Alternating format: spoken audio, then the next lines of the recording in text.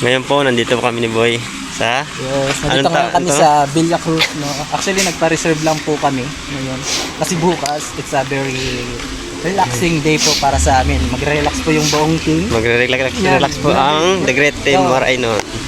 Oo, napakaganda po dito. Grabe, oh. Ang ganda. First time ko rin po. Grabe. Ano po natin, libot sa kayo. Ilibot lang muna namin po. Parang panin na dito eh. Yan po. Parang, let's start. Oh, grabe, oh. Ang ganda ng polo. Oh, polo. What's the polo? Ganda po ng polo. Picture lang po, video lang po muna ngayon. Pwede siguro dito overnight? Oh, pwede. May overnight nga, oh. Pero yung kan natin, yung kinuha nating cottage para bukas, for only 6 person lang. Oh. So, walang naman po, hindi naman po masyadong mahal. Kaya po, affordable naman po.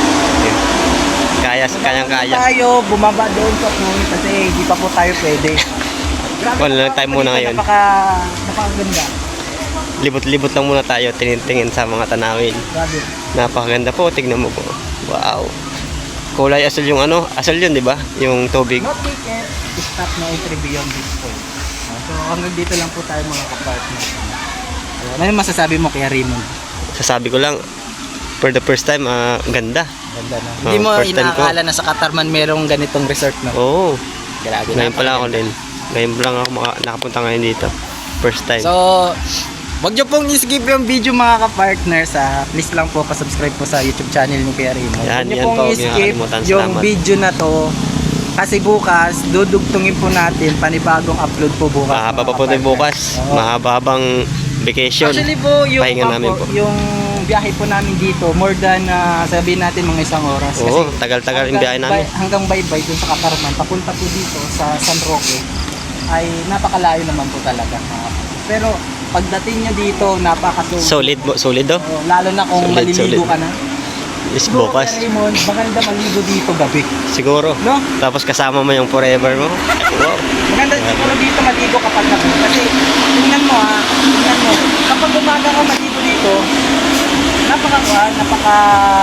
Tignan mo. open siya. Oo, open open siya. na open. Siguro napakainit din. Pero ito lang yung masasabi ko, Kuya Raymond. Kahit maaraw, kahit magabi, siguro malamig yung tubig. Oh, maganda. Fresh. Oh, tignan mo po, oh. May yung pangkati. Oh. Dito yung tinatawag nila siguro na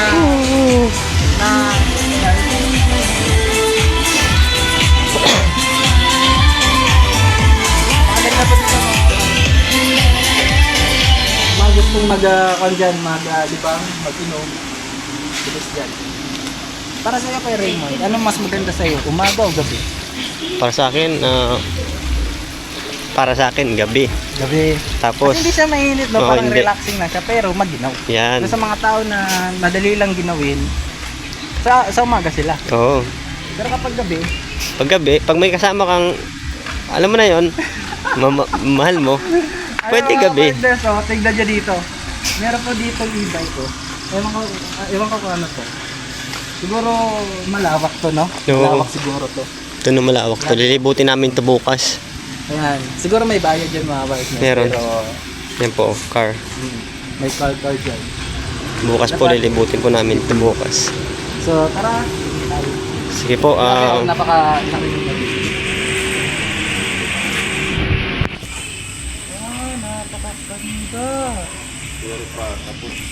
Sa mga ka-partners, no, kwento ko lang sa inyo. Ito palang Villa Cruz Resort dito. Hindi pa pala to finish talaga na finish na construct na.